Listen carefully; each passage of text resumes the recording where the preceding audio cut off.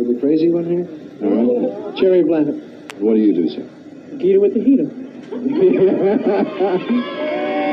This man is probably the most prominent young people's disc jockey in the city of Philadelphia and Camden, New Jersey.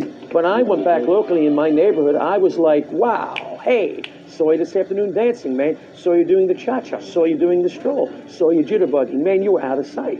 So you lived in a neighborhood, and you were a star in your neighborhood, but you really did not become affected by it. When American Bandstand went national, other dancing stars emerged among the teen regulars. Two of the biggest audience favorites were Justine Corelli and Bob Clayton. The movie's over, it's 4 o'clock and we're in trouble deep. Wake up, please, Susie. Along with her partner Kenny Rossi, shy little Arlene Sullivan became so famous, they became teen magazine superstars. Chances are, 'cause I wear silly gray. People started to write me letters. Why? I didn't know. I wasn't the prettiest girl. I wasn't the best dancer. I wasn't a fashion plate.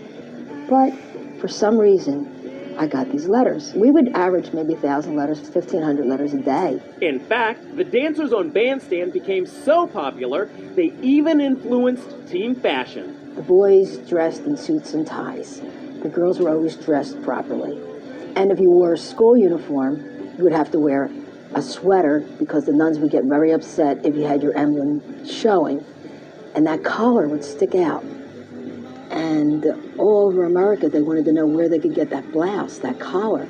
But it was really a uniform collar. You had to look good, you had to be a classy kid, you had to know how to dance. Every dancer on Bandstand has a favorite memory. I'm just a lonely boy. For Arlene, it was when her teen idol Paul Anka asked to meet her.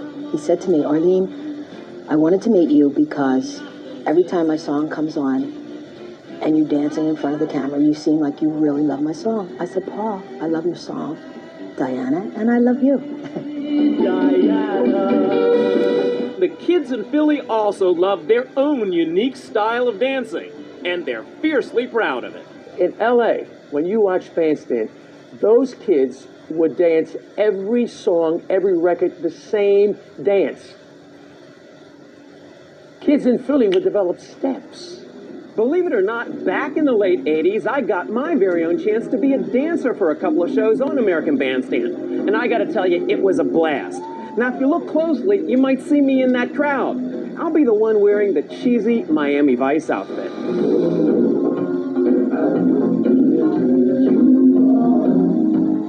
Okay, there I am, trying to look cool, but instead looking more like Philip Michael Thomas on a bad hair day.